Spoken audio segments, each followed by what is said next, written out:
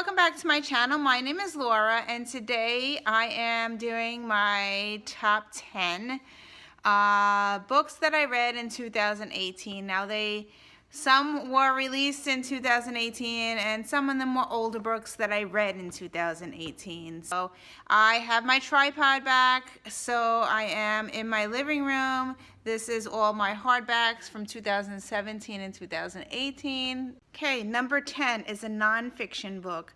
I listened to this one on audio. It is Rescue Your Love Life, Changing Those Dumb Attitudes and Behaviors That Will Sink Your Marriage by Henry Cloud.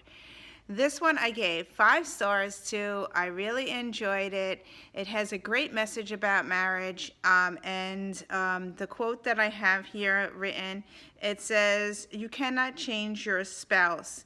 It says, it suggests that you need to change yourself in order for things around you to change.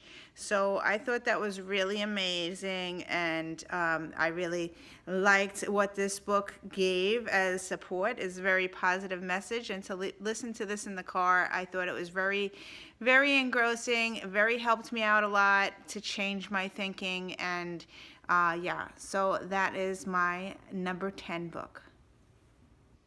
Moving on to number 9. Number 9 is also a nonfiction book. I read a lot of nonfiction this year, and this one I really enjoyed. It's The Hospital: How I Survived the Secret Child Experiments at Austin Hall by Barbara O'Hare. This one was really heartbreaking and really heart-wrenching. This one takes place in 1971, so I was 1 year old when this book was taking place. And anyway, she was 12 years old when she was brought into this hospital, and they did some experiments in her and drugging her and just different things. It was very heart-wrenching. I actually read this on my Kindle, and yeah, I couldn't put it down. I wanted to know what happened. I think I even cried while reading this one. Number 8. You probably guessed what this one is. This one is See Jane Run by Joy Fielding. I finally read this one. It's about memory loss, so I'm going to read a little bit of the synopsis. What do you do when you don't know who you are? Jane has lost her memory. Where are you? Jane is found walking the streets wearing a blood-stained dress with $10,000 in her pocket. It was amazing. It was a page-turner. I couldn't put it down. Yeah, and another memory loss book. I love memory loss books, so yeah, this one was definitely very good page-turner, and I will definitely be picking up Joy Fielding again. Number 7 is another psychological thriller. It is Good Me, Bad Me by Ali Land. This is a debut novel. I think it was published in 2017, and I listened to this one on audio, and the writing style was very poetic. It's about a girl named Millie who is 15 years old when the book starts. Her mother is a serial killer who had killed children. Millie is one who turned her mother into the authorities. This book is dark and creepy, as Millie tends to have been possessed from her mom's thoughts. It's amazing that this is the author's debut novel. It was amazing. Number 6. Number 6 is one of my all-time favorite authors. Some people don't like her. She does write explicit stuff, and anyway. Okay, the book that came up is Verity by Colleen Hoover. I just recently read this one. It is her first psychological thriller type book, and I read this on my Kindle. Right now, I don't think you could get a hard copy.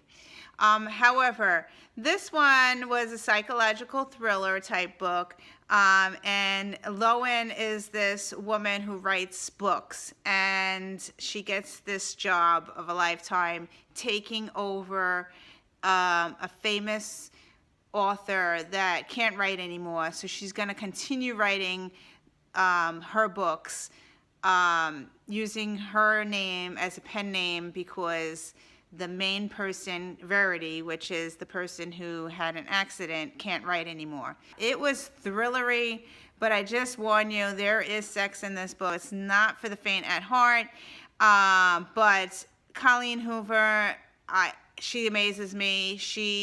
As soon as I start reading her books, I can't put them down. I just want to know. They're like page turners, and I just want to know, and I keep reading. She's the only one who makes me read. She had to be on this list.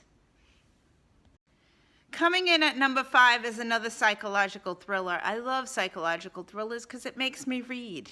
Anyway, this one is called Jar of Hearts by Jennifer Hillier. It says this story is about 3 best friends, one who was murdered, one who went to prison, and one who's been searching for the truth all these years.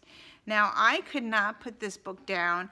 I actually read it, and I actually read it on the treadmill, and I kept going back to my treadmill because I wanted to know what was going to happen in this book. And that's what I have in my notes here. However, I want to warn you, I don't want to tell you much about the book because then it spoils it. And you have to go into it blind when you read psychological thrillers. But this one was amazing. And I just want to warn you that this book has disturbing content and sexual content. Number 4 is The Running Dream by Wendelin Van Drennen. I finally read this book. Yes, I've had this book on my shelf for a very long time. My sister-in-law said to me, "You didn't read that book yet?" I said, "No." She's like, "It's an amazing book. You have to read it." So I finally read it, and yes, she is right. It is an amazing book. It's about this girl named Jessica. She loses her leg in a car accident. Now, she is a runner, so the whole book she's trying to recover from this loss of her leg. And it was heart-wrenching, and I was crying, and it was such a good book. Coming down to the last 3. You know this one had to be on my list. This is a book that was released in 2018. One of my favorite authors as well. It is The Great Alone by Kristen Hanna. Yes, this takes place in 1974. It is about a man who went in a war, so he's suffering from PTSD, and he takes his whole family and moves to Alaska to survive. So it's a survival book, and the whole time you're in Alaska, and it was amazing. Her writing is so amazing. You feel like you're in Alaska. I loved it, and yeah, Kristen Hanna is moving up my list to the very top.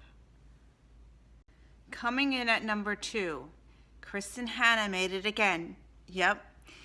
I read Homefront by Kristen Hanna. She is amazing. This one I wanted to read more about PTSD, and this one came up and I read it, and I actually like this one more than Great Alone. Yeah, this one is about a man and wife who are struggling. Their marriage is struggling, and the wife is actually a military wife, and she gets transported to, I think, Iraq. Something happens to her, and then, well, she's in the war, and she comes back, and it was really heartbreaking. I think I cried in Homefront. I did not cry in Great Alone.